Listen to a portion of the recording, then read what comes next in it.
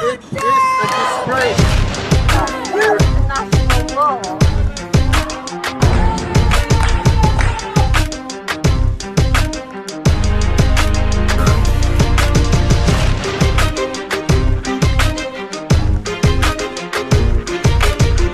Hello, everyone, and welcome. My name is Sheda, and I'll be hosting tonight's movement briefing. Thank you all for joining us for this critical conversation and the launch of the next phase of the Arms Embargo Now campaign. We want to begin by looking back at what we've accomplished together and grounding ourselves in the political moment we now face. For the past 2 years, we have rallied behind the demand for a full and immediate two-way arms embargo on Israel.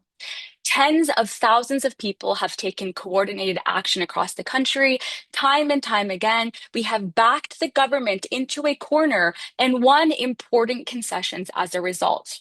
We forced the government to acknowledge for the first time that Canada should not and must not arm Israel, paused the approval of new arms export permits, suspend dozens of existing permits, and most recently confirm that these restrictions have remained in place. But this year, even as Israel expands its attacks across Gaza, Iran, and Lebanon, our government has refused to take any action that would materially hold Israel accountable. When we gave the government an opportunity to actually cut the flow of weapons to actually cut off the flow of weapons to Israel by closing the massive loophole through the United States, it chose instead to side with arms manufacturers rather than uphold human rights. The government has responded to our pressure with half-hearted criticism of Israel's ever-expanding violence. But its own report, released last month, showed that millions of dollars in Canadian military goods were exported directly to Israel in 2025 alone. And that is only the tip of the iceberg. Those figures account only for exports that require permits, leaving the massive flow of Canadian-made weapons through the United States out of the picture. At the same time, Carney is pushing Canada down a dangerous new path, quadrupling military spending, expanding arms production, and building new institutions designed to accelerate Canada's war profiteering. This political moment requires a new strategy, and the Arms Embargo Now campaign is ready to respond. Tonight's call marks the beginning of a new phase, taking the fight for an arms embargo into our own hands. Together, we can directly interrupt the flow of weapons to Israel and materially disrupt Canada's complicity in this genocide. We are starting with Israel's largest weapons manufacturer, Elbit Systems. But we want to still be perfectly clear that our overarching demand has not changed. We are still calling on the Canadian government to impose an immediate two-way arms embargo on Israel. By focusing our efforts on Elbit Systems, a central industrial pillar of Israel's war machine and a major vehicle of Canadian complicity, we are taking a significant step towards winning that full arms embargo. To tell us more about Elbit Systems and why we are beginning there, I'll pass it over to Hanin and Rachel. Thank you, Shada. So many of you are probably already familiar with Elbit because of the incredible organizing that's been taking place here in Canada and around the world. But it's worth taking a moment to understand why Elbit has become such a central target. Elbit System is Israel's largest private weapons manufacturer. They develop and produce a wide range of military technologies, including combat drones, armored vehicles and tank systems, surveillance technology, electronic warfare systems, and precision-guided munition. And these are central to Israel's genocidal campaign. Elbit manufactures the vast majority of the Israeli military combat drones and provide many of the systems and weapons that have been used throughout its assault on Gaza and across the region. And that's why Elbit has become such a central focus of organizing. And the truth is that no company is profiting more from this genocide, and no company is more necessary for Israel's ongoing military violence, not only in Palestine, but also in Lebanon and Iran. And actually, Elbit's own leadership has been remarkably clear about the role that they play. I have a few quotes on the screen from Elbit's CEO as well as their general manager. So I'll just read them out quickly. The first quote says, Elbit System is a full partner of the IDF and the Ministry of Defense in advancing the blue and white production policy. We are dedicated to significantly strengthening IDF's self-reliance in munitions production. And what this tells us is that Elbit doesn't just see itself as simply selling products to the Israeli military. They describe themselves as partners. So, in other words, they're saying that they help build Israel's military capacity not just by manufacturing weapons, but by strengthening Israel's ability to keep producing them. Second quote is also from the CEO of Elbit System, and he says that Elbit has developed and supplied the defense ministry with with a range of precision munition that have been proven themselves in the field and contributed significantly to Israel's air superiority across multiple theaters. We remain committed to strengthening Israel's domestic production infrastructure as part of our partnership and commitment to the Israeli Ministry of Defense and the IDF. And what's important here is not just the technology, it's that Elbit is openly describing these weapons as proven in combat, meaning that they're using their deployment in this genocide in Gaza to market its production. And then last quote is from the general manager. He says that as key partners in the IDF's digital maneuver effort, we take pride in delivering the most advanced and secure tactical communication systems to forces in the field. These systems serve as a foundation of a digital army, utilizing dynamic, intelligent, and cognitive network to enable multi-domain connectivity and operational superiority. And here the key words are key partner and foundation of digital army, which means that Elbit is describing itself as essential to how the Israeli military operates. And again, that just means that we can just see how deeply they're embedded in the infrastructure that enables Israel's military assault in the region. And now we've looked at why Elbit matters, and we've heard directly from Elbit's own leadership about the role that they play. But Elbit isn't only facing pressure here in Canada. Around the world, people have been organizing to isolate the company economically and politically. So I'll hand it over to Rachel, who's going to walk us through some of that global momentum. Thank you, Haneen, and Shada for kicking us off. Just a quick technical note, I'm seeing some people raising their hands. We're not going to be able to unmute people and answer questions that way, but we've got a very active chat where I'm seeing lots of people answering each other's questions. And there also is a Q&A box if you want to use that to ask a question and have it not get lost in the chat. My name is Rachel. I'm the Canada lead with World Beyond War, and it has been such a huge honor over the past 2 years to be one of the coordinators of the Arms Embargo Now campaign. Frankly, it's so incredible to see so many people, like a shocking number of people joining us here live tonight at honestly just such a deeply demoralizing moment where, I mean, as many of us experienced, like with our own lungs just today, Canada not only announced like record-breaking forest fires across the country, but also record-breaking new spending on new dystopian weapons of war, all while violence has been intensifying literally this week from Palestine to Sudan and beyond.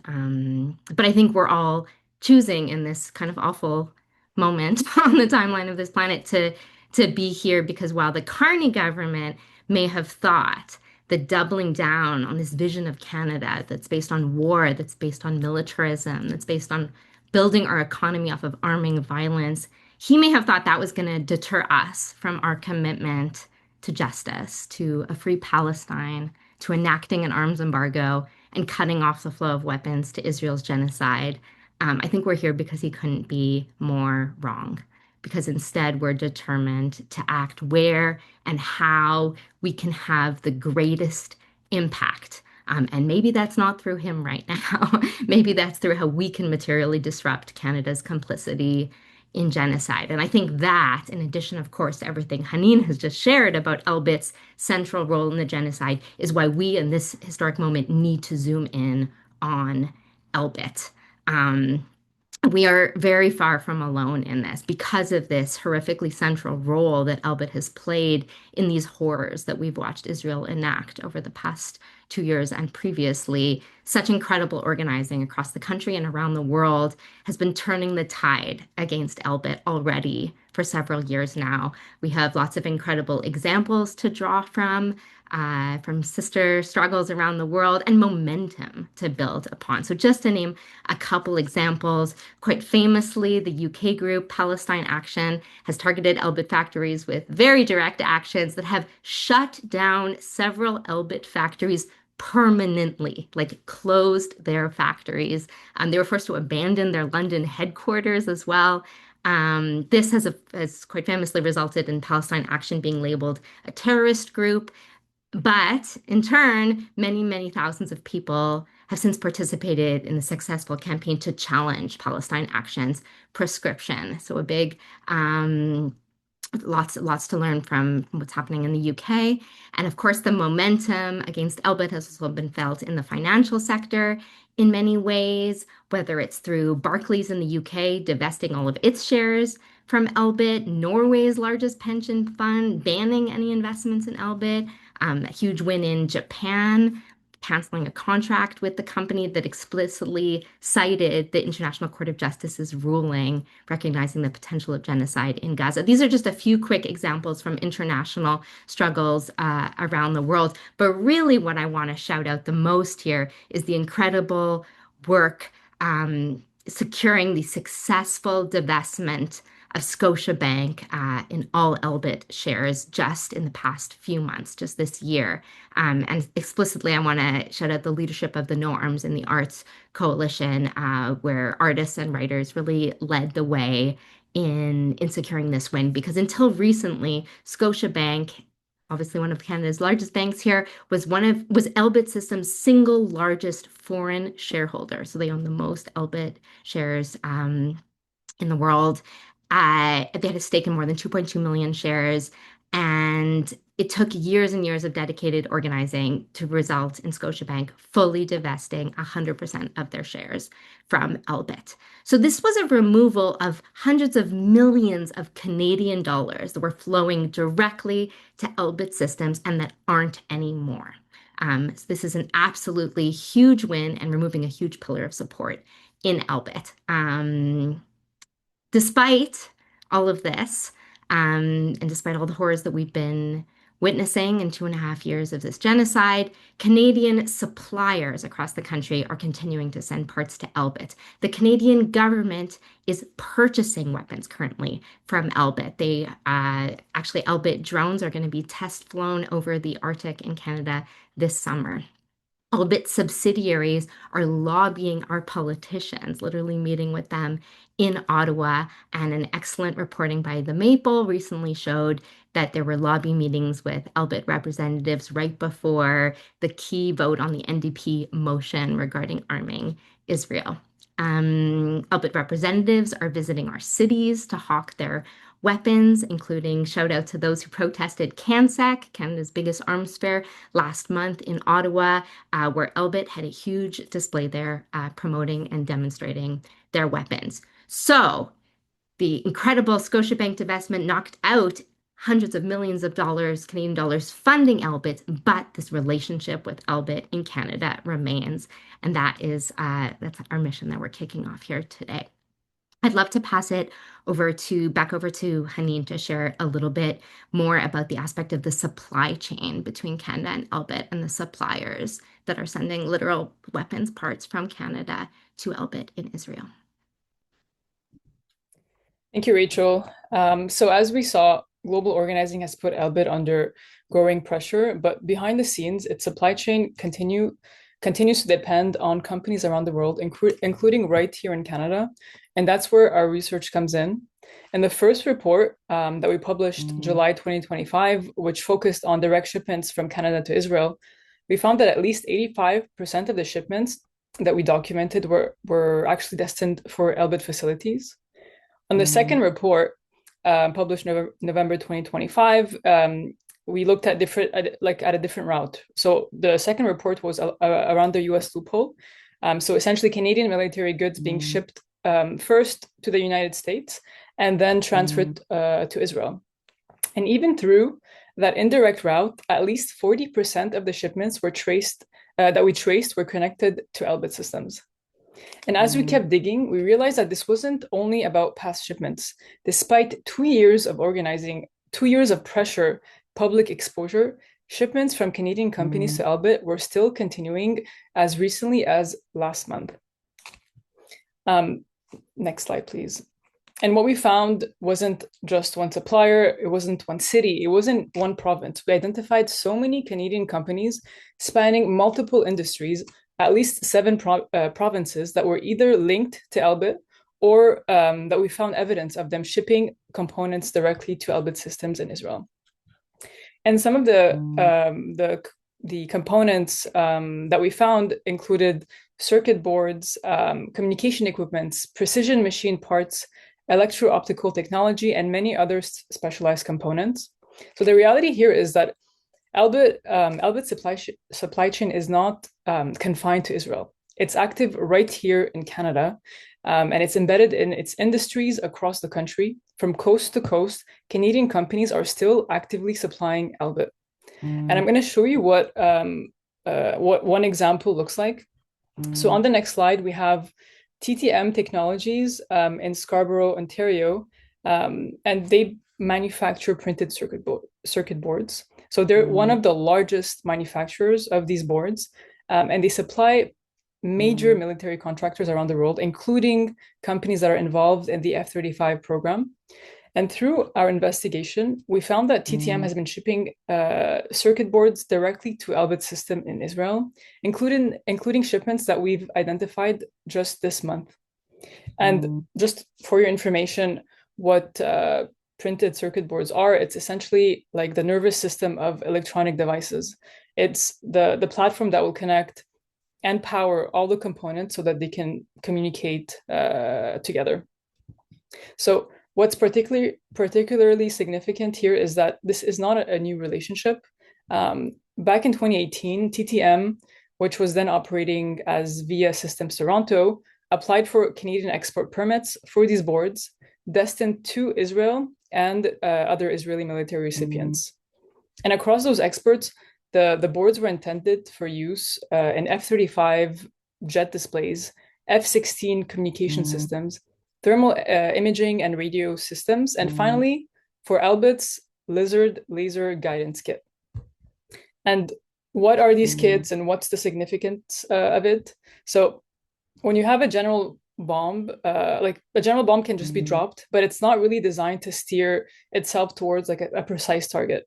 But when we add a laser guidance kit to that bomb, it gives it the ability to track a laser designated target and allows it to strike with with better accuracy. So in other words, what this targeted, guidance kit does is that it turns a standard bomb into a precision guided munition.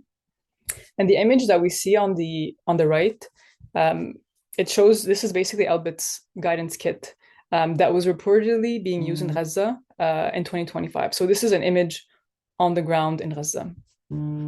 So when we talk about Canadian companies, Canadian components that reach Elbit, we're not just talking about a generic electronic components, right? We're talking about components authorized for integration into military aircraft and targeting system, as well as guided weapons. And what our data shows basically is that this relationship didn't end years ago. It continued with shipments from TTM to Elbit just this month.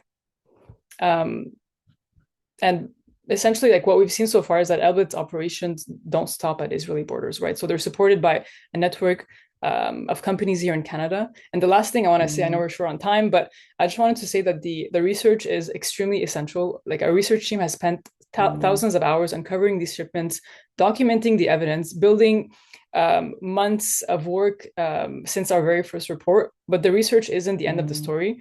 It's the foundation for everything that comes after, right? So research will give us the evidence.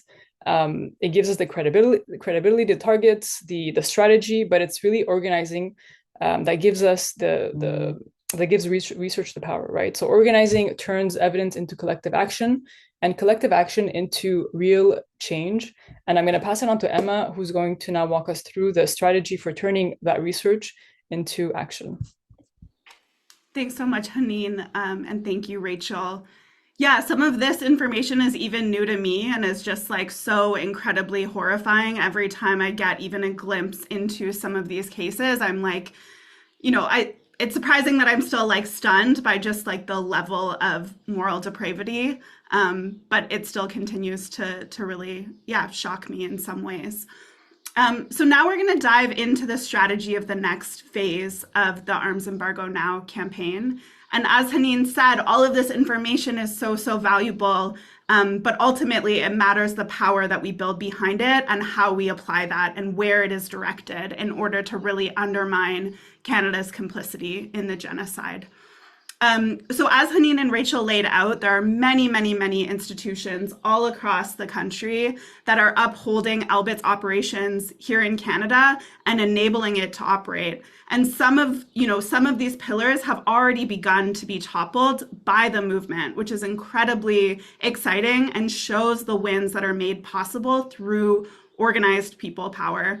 So here, we have the example of Scotiabank that Rachel spoke to, of hundreds of millions of dollars being divested now from Elbit. But we still have many pillars, many institutions that are upholding the status quo when it comes to Elbit's operations here. So we have lobbyists, we have local suppliers, as we've heard, all across the country. There are also Elbit subsidiaries that are operating directly here in Canada.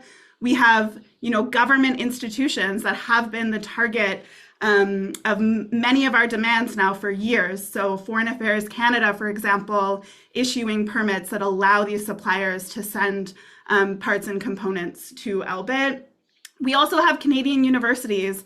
There are dozens of Canadian universities all across the country with endowment funds that are invested in Elbit Systems. I actually dug into the school that I did my undergrad at, a very tiny university in New Brunswick, Mount Allison University, and it is invested in Elbit Systems.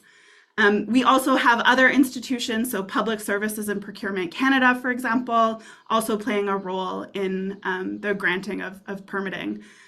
So we're really kind of trying to identify what are all of these institutions, organizations that are upholding the status quo, that are enabling Elbit to operate, and how can we go after them as a movement. And we believe that while it is really important for us to begin to narrow in on particular pillars that are upholding Elbit in Canada, we also, as Shata said, we can't let the federal government off the hook. So this new strategy isn't in any way about us taking, our foot off the gas when it comes to pressuring the federal government. We know that the federal government is directly complicit. We know that they've been lying to us for years. We're not in any way taking that pressure off. And throughout this next phase of the Arms Embargo Now campaign, we will continue to demand that the federal government impose a two-way arms embargo on Israel. That is still a key demand of this campaign. And we are also now demanding that they sanction Elbit Systems specifically, understanding that Elbit is an engine of the genocide and that they should have absolutely no right to operate in this country. And so what this looks like is imposing a sanction on Elbit really allows us to go after all of these pillars. It ensures that financial institutions aren't propping up Elbit, that all of the government agencies aren't still enabling it to operate. And it is a key demand in order to really toxify Elbit and make it a household name all across the country. So it would undermine not one, but every single one of these pillars. And it would mean that there's not one more part, not one more dollar, not one more ounce of legitimacy that is going to this engine of Israel's war machine. So calling for the federal government to sanction Elbit is also a way that allows anyone, anywhere to plug into this campaign and to keep up the pressure on the federal government and continue to pressure key ministers like Foreign Affairs Minister Anita Anand, like Prime Minister Mark Carney, and many other senior officials. I'm part of the Palestine Solidarity Network. We have dozens of groups all across the country that have been organizing their neighborhoods, their community, in order to pressure their members of parliament. And this is a way that this campaign is an extension of the work that has already been done across the country. Yeah, so I think with that, as we continue to, ramp up the pressure on the federal government to end Canada's complicity, we also believe, as we've said from the beginning, that our current political conditions really require us in this moment to take an arms embargo into our own hands and to work towards toppling some of these individual pillars while we continue to use that to leverage it to place pressure on the federal government. So with that, I'm going to hand things over to Johanna to talk through the second prong of our strategy. Thanks so much, Emma.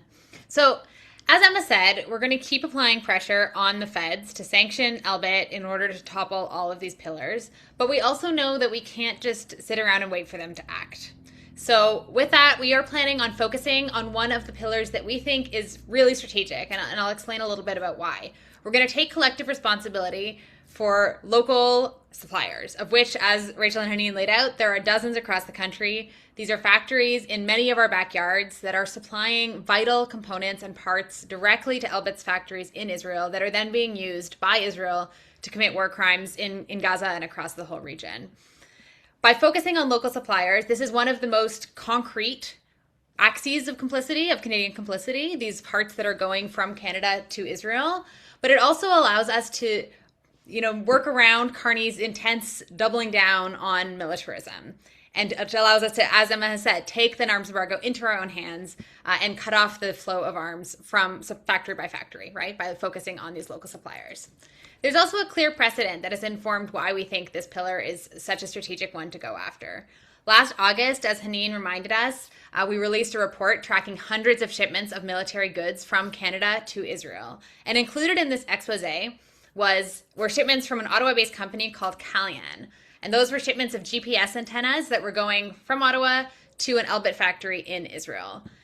After our report came out last summer, and there was a bunch of media scrutiny that followed and a lot of public outrage about these shipments going to fuel Israel's war machine, Calian publicly committed to pausing all future shipments to Elbit in light of what they called continued concerns for the region. And since then, in the almost year since that happened, we haven't identified any more shipments from Calian to Elbit. So this is kind of a success story. It wasn't even necessarily a stated goal of the report, but it happened anyway. The company felt so much heat for their ties to Elbit and for their ties to Israel's genocide that they decided to stop shipping their GPS antennas to then be consumed, part of Israel's war machine. And across the country, there are actually dozens of companies like Calian that have ties to Elbit Systems and that have been found to be sending components to Elbit factories in Israel. And if the government won't do the right thing and stop those shipments from the top, we are going to push from below so that companies like Calian do so themselves. So that's what we're inviting people in to do tonight. We are inviting grassroots organizations, riding groups, individuals across the country. I can see in the chat that we have people, from coast to coast, from every corner of the country here on this call tonight. And we are inviting you to adopt your local Elbit supplier and take action over the coming weeks and months to pressure them to stop all business with Elbit Systems. Collectively, our task will be to make your chosen target suppliers' connections to Elbit and through Elbit to Israel's genocide so undeniable and so inconvenient and so politically toxic that they would actually rather cut their ties to Elbit entirely rather than continue to face public scrutiny and outrage. So we're trying to tip the balance for these tech firms and factories across the country so they decide it's not actually worth it to them to continue to funnel their parts to Elbit because we've made it so annoying and so inconvenient and so toxic for them.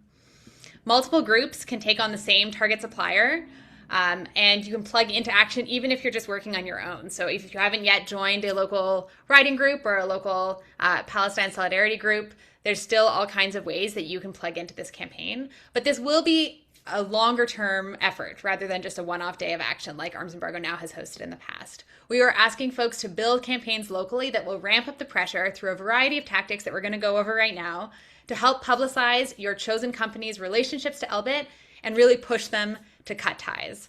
And through that, we're going to actually stop the flow of weapons from Canada to Israel, and we're going to do it community by community and factory by factory. I'll pass back to Emma. Thanks, Johanna. Okay, so here is what this is going to look like. We have just today launched a new website specifically for this phase of the campaign. We will drop the link momentarily in the chat, but I'm going to walk you through what this is going to look like. So as Johanna said, for the next month, we want groups and organizations all across the country to adopt a local supplier in your community. And our team of researchers have already identified a ton of Elbit suppliers in most, but not all major cities across the country. So when you land on the website here, you're going to scroll down, and what you will find is right above this map, you will be able to access the toolkit. So here you'll click on this, it says click here to access the Elbit Out of Canada toolkit, and it'll bring you to this page. Now, for those of you who are maybe like a little bit less familiar with Google Docs, you will find that there's two tabs on the left-hand side of the screen once you open this toolkit, and you'll go down to the second tab. And here you will find a list of Elbit suppliers all across the country. So I'm going to walk us through the map first and show you sort of how to navigate that map, and then we'll go back and we'll go through some of the suppliers that are on this list here. So right here, you'll be able to click and open up this incredible, extremely informative and disturbing map that shows us local suppliers all across the country. The companies that appear on this list and all on this map all have close ties to Elbit Systems. Most of them are suppliers that have actually directly shipped components to Elbit's factories in Israel. And we believe that with enough local pressure, similar to the case of Kalyan, these suppliers could actually be forced to materially cut their ties with Elbit. So we think that there are suppliers here in our communities, in our backyards, that if we pressure them enough, they might just cut those contracts that they have. A couple of the dots on the map are actually Elbit subsidiaries in Canada. And a few of them are fellow major weapons companies. So here we're thinking of Raytheon, for example. And these are companies that partner really closely with Elbit. These companies realistically are very unlikely to cut ties with Elbit, but targeting them still helps us to throw sand in the gears of their operations and really turns their collaboration with Elbit into a liability. It also helps us, again, to toxify Elbit as a company and to really make it a household name. So I'm going to zoom into just a couple of places here. In some communities like Vancouver, you will find that there's just one company that is listed. So here we have Norsat International. You're in Vancouver, great. Here's your company, and here's a short description that will tell you a little bit more about what we know in terms of its relationship to Elbit. If we go kind of heading east across the country, we'll find, in Calgary, there's two suppliers to choose from. Elbit Systems, interesting name, Nemelux Industrial. You'll find Edmonton is one of probably the largest cities in the country that actually doesn't have a local supplier. So this is where I'm based. I'm based in Edmonton. We have the fortune of not having complicit corporations, at least that have relationships with Elbit. But if you are based in Edmonton, we encourage you to consider actually adopting one of these companies from Calgary. It is possible to still engage in this campaign remotely, and it might be that sometimes you decide to kind of bring a group to Calgary, support groups in Calgary to do this work. Now, I want to take you further east where you will find that there is a hotbed of arms companies in this country. So in Toronto, for example, there are actually dozens and dozens of local suppliers that are propping up Elbit Systems. So just to give you a couple of examples, in Markham, we have Amphenol Canada, and we actually have found a shipment from Amphenol to Elbit that is less than a week old, I believe. And so Amphenol also is located in Belleville and in London. So if you are targeting Amphenol, and you decide we're going to adopt Amphenol in London, there's ways that we can then connect you to those who are targeting Amphenol in Markham and make sure that you're able to coordinate, and in some ways that, coordinate that campaign because you're all pressuring the same company. So I'm going to take us just back to the list. This is the map. And just to say, these companies extend all the way to St. John's, for example. There are companies that are complicit in Lunenburg. There's companies in St. John's, Newfoundland. So there really is just like huge spread of this supply chain all across the country. So back in the list, what you will find is a list of all of these suppliers that we've identified, and you'll find these short descriptions as well. What we want is for you to come together, if you're part of a group or an organization, to go through this list and to look through all of the possible suppliers to target in your community. And it might be that, there's in Montreal, for example, there are arms suppliers and people that are, or corporations that are supplying parts that are like really central in the middle of Montreal. And you might be like, that is incredibly convenient for us. That is the supplier that we are going to choose. You might also be a member of a union, and maybe you're going to do some digging and find out that some of the workers at these companies are actually unionized with your same union, and perhaps that is a big motivation for taking on that local supplier. So you'll consider things like that. Once you have decided which company you want to adopt, we have put a box right here where you will fill out this form just to let us know who your group is adopting. Again, multiple organizations and groups can adopt the same company. This just allows us to track it and put you in touch with other groups and organizations so that you can coordinate your efforts as it makes sense to. And in due time, what we will also do is we will update each of these dots on the map to actually list some of the details. For example, if you're based in Quebec City and you want to get plugged in, and OpSend Solutions is already adopted by a group or organization, that group or organization will be listed here, their organization's name, maybe they'll have an Action Network petition, and other key things that you might want to put on this map. So with that, I think that I will now hand things back over to Johanna, and I will get into the toolkit. Thanks, Emma. We're doing our best. There's a very active chat here, so I see a lot of great questions and conversations happening. We're trying to respond to everybody, but if we miss your question in the fast-flowing chat, feel free to reach out, info@armsembargonow.ca. We can respond by email after this call as well. Okay, so as Emma said, we're really looking for local groups and organizations and concerned people across the country to launch kind of your own mini campaigns targeting your own local supplier. This requires a bit more consistent commitment rather than kind of a one-off tactic, but we're really here to support you every step of the way. And we're starting with this toolkit. It's linked to on the website. Emma's sharing the screen now so you can get a sense of what's in here. And we'll be adding more resources and tactics and tools into this toolkit over the coming weeks. If you can just scroll down a little bit, Emma. You'll find here a menu of tactics that you can deploy to start increasing the pressure on your local target supplier and encourage them to break up with Elbit. So the first step in most cases will be to identify key decision makers at your target supplier and call or email them, pointing out their company's ties to Elbit's machinery of genocide and telling them to cut ties now. Again, you'll have to do a little bit of research before you're ready to make those calls, but it's easy. We've got all kinds of tools, again, in this toolkit to help you find some more information about their connections to Elbit. You can also bring your community alongside by setting up an email tool or hosting a phones app to help ensure that the people at the top of this local supplier are getting suddenly flooded by phone calls and emails by concerned neighbors and folks in their community who are objecting to their ongoing complicity in Israel's genocide by the ways that they are continuing to supply Elbit Systems. If they don't respond with our desired immediate action of cutting off the flow of their parts to Elbit Systems, then it's time for us to kind of crank up the pressure.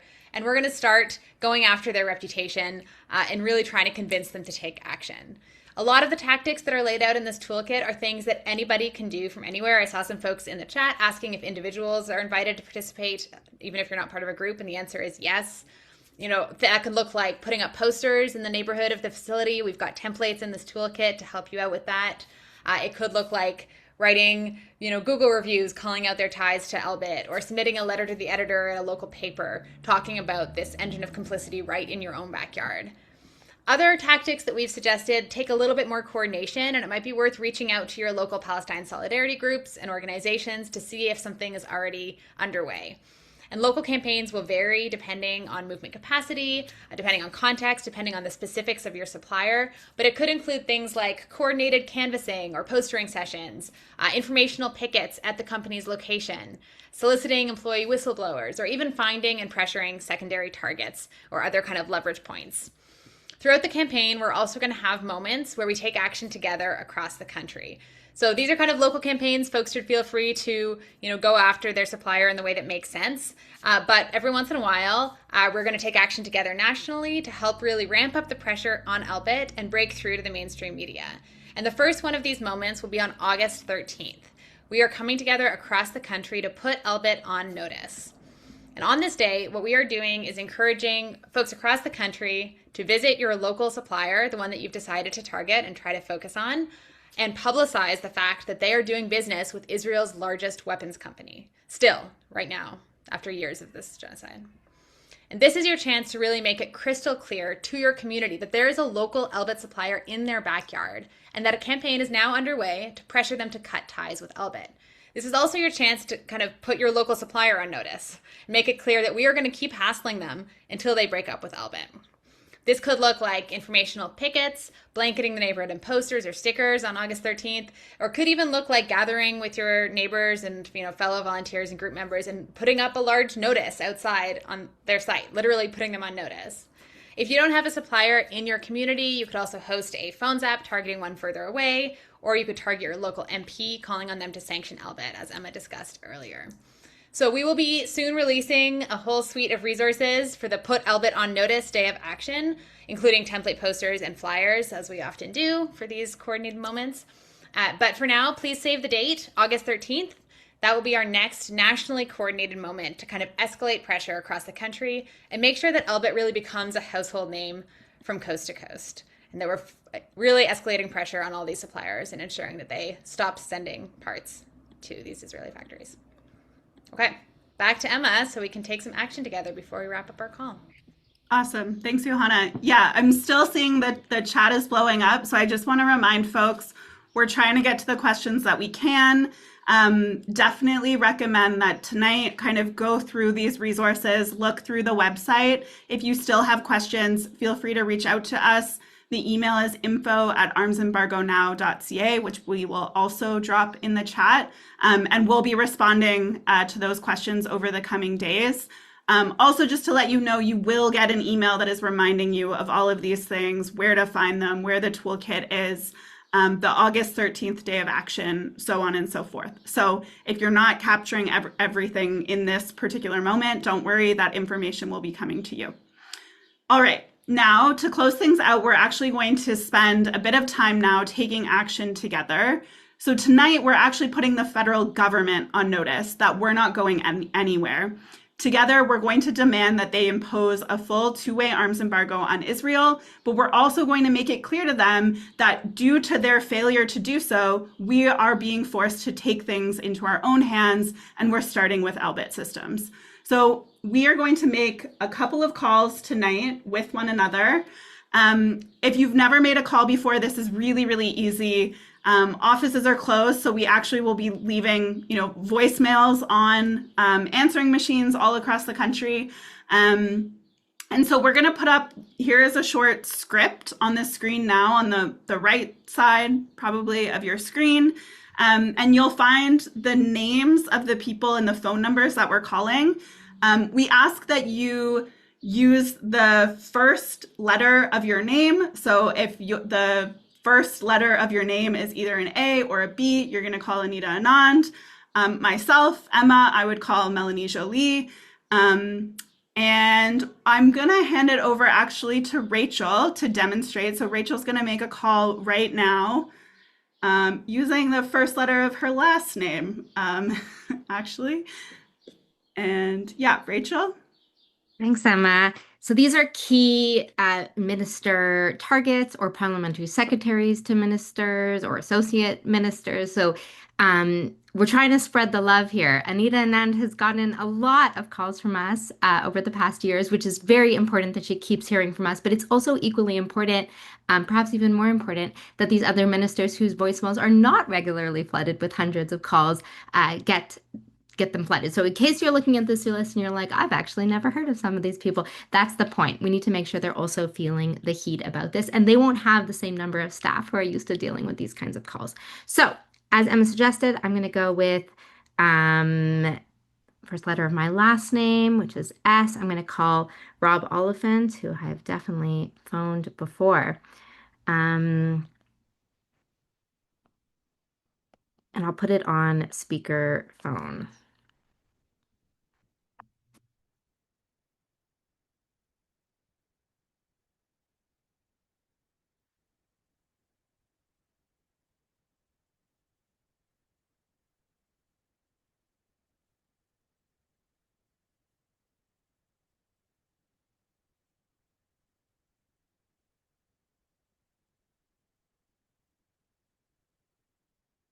The Honorable Robert Oliphant, Member of Parliament for Don Valley West. Please leave your name, phone number, postal code, and a brief message, or send us an email at rob.oliphant@parl.gc.ca. And a member of our team will be back to you as soon as possible. Thank you again for calling. Hello, this is a message for Rob Oliphant. My name is Rachel Small. I'm calling with a really critical demand for the federal government and for him in his role as the parliamentary secretary to the Minister of Foreign Affairs, which is to immediately sanction Elbit Systems. This is Israel's biggest weapons company. It plays a critical role in arming Israel's genocide. And if the government is serious about stopping Canada's role in arming Israel, it needs to sanction Elbit Systems. I've joined millions of people across Canada witnessing Israel's atrocities over the past 2.5 years across not only Gaza, but also West Bank, Lebanon, and Iran. Every single one of these attacks has relied on weapons built by Elbit Systems. They cannot keep operating in Canada. Canadian companies can't keep sending them parts. I'm hoping that the Canadian government will finally do what's right and sanction Elbit as part of imposing a full arms embargo on Israel. Thank you. So I didn't follow the script. I've been thinking a lot about this issue. You can absolutely read the script word for word. You can absolutely speak from the heart. There may be other points in this campaign where you want to phone your own member of parliament. For those points, you should definitely always tell them that you're a constituent. In this case, we're calling ministers, so they're responsible for this issue for anyone calling from anywhere across the country. Feel free to say where you're calling from or not. Feel free to say your name or not. This is up to you, but the important thing is that their voicemail is flooded with people who are all demanding that Canada immediately sanction Elbit. So that's what we are going to do right now. I want to see people who want to be on video picking up their phones. We're doing this all together now. Now that I have called Rob Oliphant, I'm going to work my way down the list. My next call is going to be to Sherry, then to Jenna, and then I'll go right back up to the top of the list and call my favorite, Anita Anand.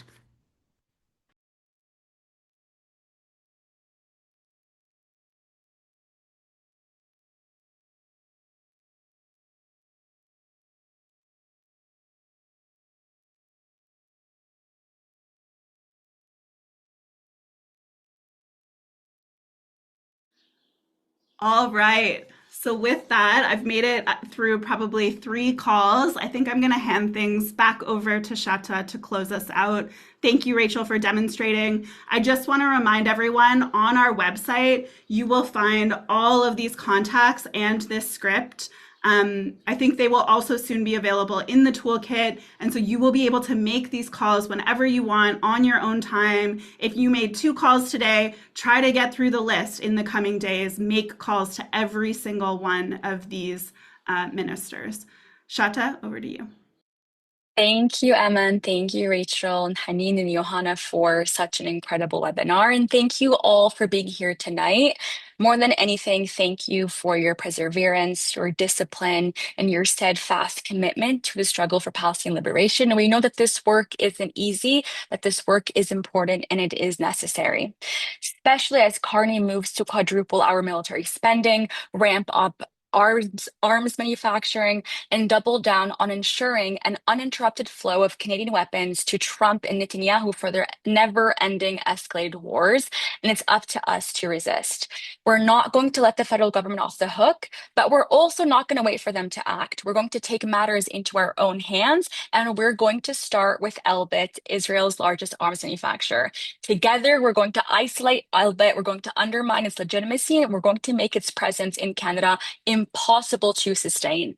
And driving Elbit out will not on its own give us a full arms embargo, but it will strike directly at one of the most powerful companies arming Israel, the largest one, and materially disrupt Canadian complicity and bring us so much closer to the arms embargo that we have been fighting to win. So, Elbit out of Canada, let's get it out, and we are going to see you all soon. Thank you so much.